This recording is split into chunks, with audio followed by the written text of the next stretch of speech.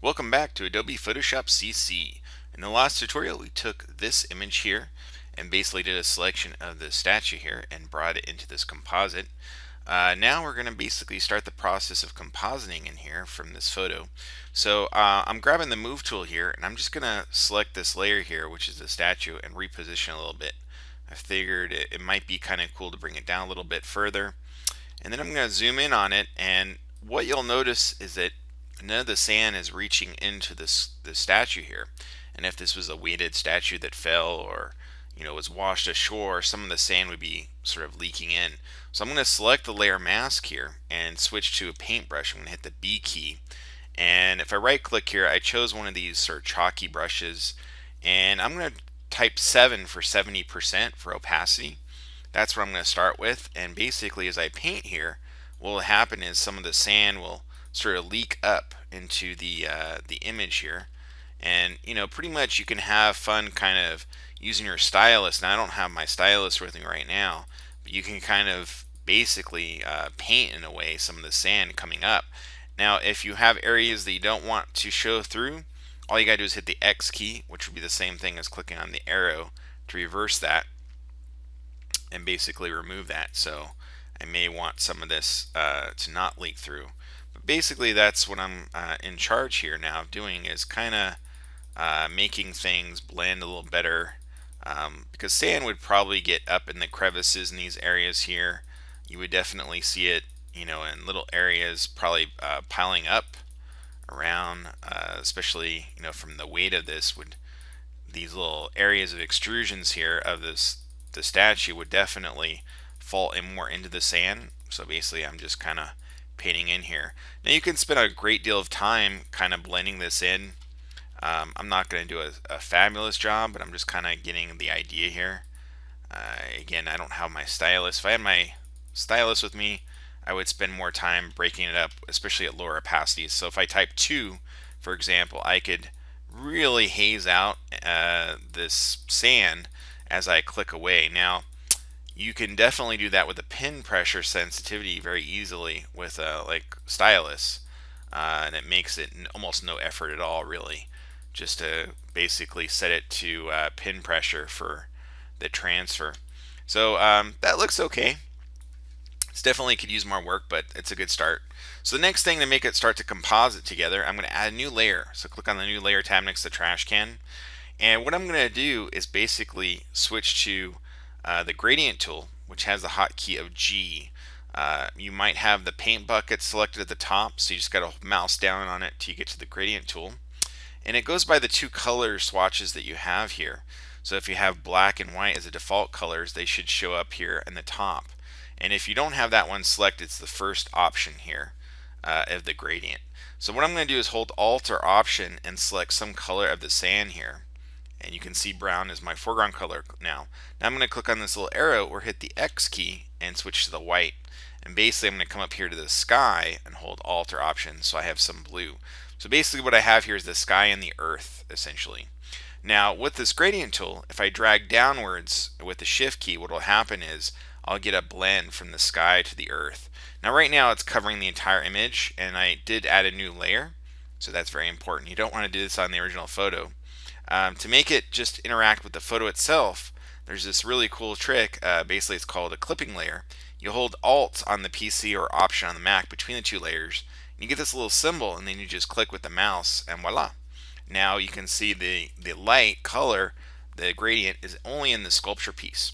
Now to make this blend better, we're going to switch to the blend mode. So you click up here, instead of normal, choose color, and color works pretty well for blending this image. So if we basically step back now, zoom out just a little bit here, you can see with or without, you can see how much warmer it is to how much cooler it is for the temperature and how better that matches. So that's the first step. The next thing I would look at is the contrast for the image. And you can see clearly that the image in the background has a higher contrast than the photo here of the sculpture. So I'm going to add what's called a levels adjustment. So I have my adjustment palette here open. If you don't see yours, go to Window, go down to Adjustments. So I'm going to click on the levels adjustment, and right now it's not clipped because I had the layer above selected, but I'm going to clip it by clicking on this little icon, or again holding Alt or Option between the two layers. So you'll see arrow to the left of each of these layers here.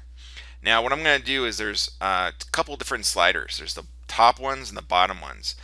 If I was going to reduce contrast the image, I would adjust these two at the bottom.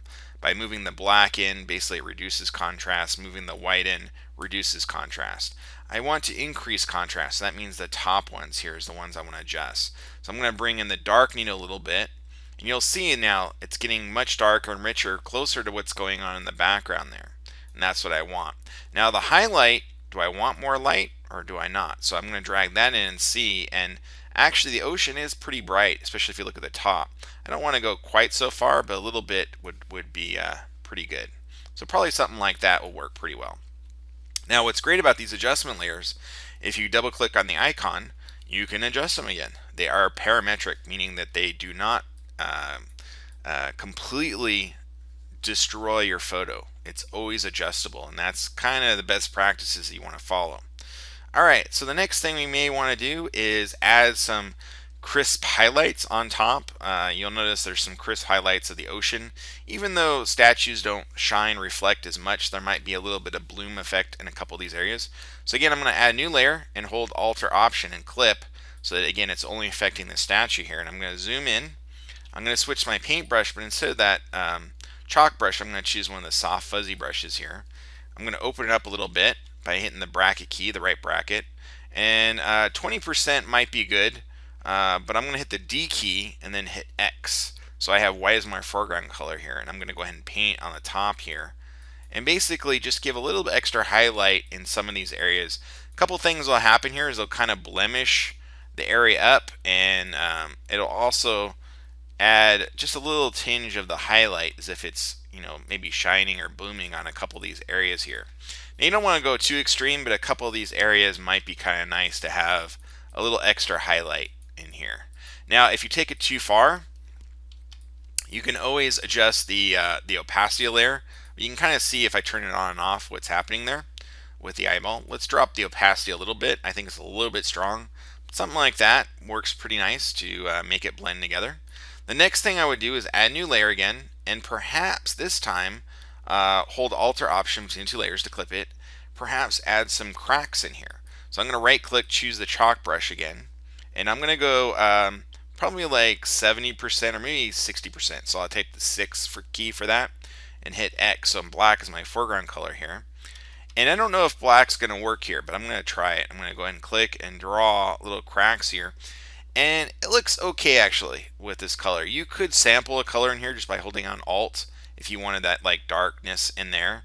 But if you draw out some cracks and have some of this darkness in here, and as long as it's on its own layer, even without a stylus, you can come back with the eraser tool. So I'm hitting E for eraser, and I'm going to use the chalk brush here, and I'm going to drop the opacity to like, I don't know, 70%.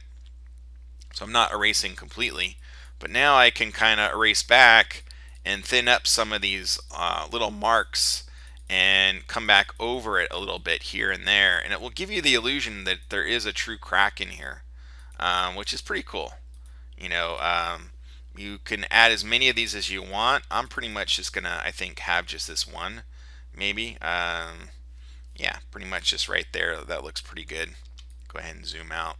So you can have more if you want. I'm just going to show you that one.